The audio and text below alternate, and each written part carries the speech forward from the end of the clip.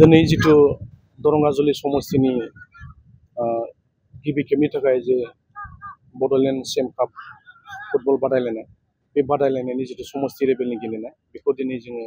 बेखेवनाय हाबाफारि आरो बे बेखेवनाय हाबाफारिखौ बेखेवनानै होदोंमोन जोंनि 43 नं टाउन प्रिलिसनि एमएलए बिथां जलेन दैमारि आरो लोगोसे बेवहाय थादोंमोन 20 नं दरंगाजुलि समस्तिनि एमसिएलए बिथां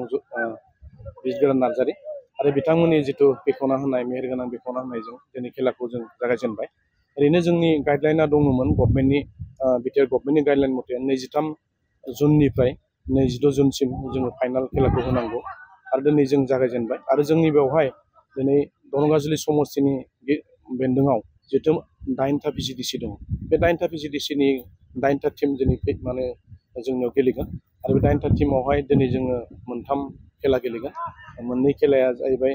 फार्स्ट राउन्ड आरो मोनसेया जाहैबाय सेमिफाइनाल। बेनिफ्राय गाबोनबो जोङो मोनथाम खेला गेलेगोन बिनि उनावहाय जोङो समफोर फाइनाल खेलाया गेलेगोन। जों बेखौनो बाख्नायनांगोन जे गुबुन गुबुन जेरैहाय माखासे फ्लेगशिप प्रग्रामफोर लानानै गभर्नमेन्टआ मावबाय थादों बिटिआर गभर्नमेन्टआ दिनै जिखिनि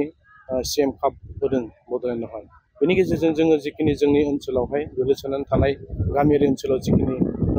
रोंनानै थानाय जिथु थाखुमानाय फुटबल गेलेनाय बादायलायनो हानाय बे रोंगौथिखौ जोंनि प्लेयारफ्रा देखायनो हागोन आरो बेजों लोगोसेनो बिथांमोननि भबिसतखौ जों खालामनो हागोन होननानै आसा खालामदों। आरो बिनि उनावहाय जे दरंगाजुलि समस्तिया जोङो समस्ति लेभेलाव जोबखांनायनि उनावहाय डिस्ट्रिक्ट लेभेलाव जागोन होननानै जों मिथिगौ बिनि उनाव आरो बिटिसि लेभेलाव जागोन बेखौ जों बाख्नायनांगोन जोंनि बिटिआरनि सिएम प्रमद बर' सारखौ।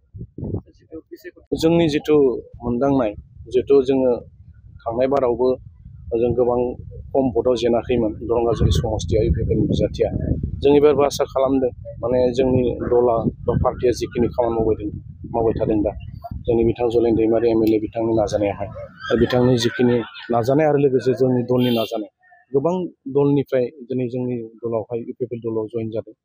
दिनै बिपिएमनियानो जा सोरबा बिजेपिनि सासेयानो जा गुबुन गुबुन दलनिफ्राय जइन जाबाय थादों। दा जायफोर मानसिफ्रा जइन जानाय हिसाबै जों थांनाय समनिख्रुइ मोजां रिजाल्ट खालामगोन होनना आसा खालामदों आरो फैबाय थानाय जिथु सेप्तेम्बराव बिटिसि बिसायख'थिया जागोन होननानै जिथु फोसावदों बेवहाय जों मोजां रिजाल्ट खालामगोन होननानै दरंगाजुलि समस्तियाव जों मोनदांथिनो हादों।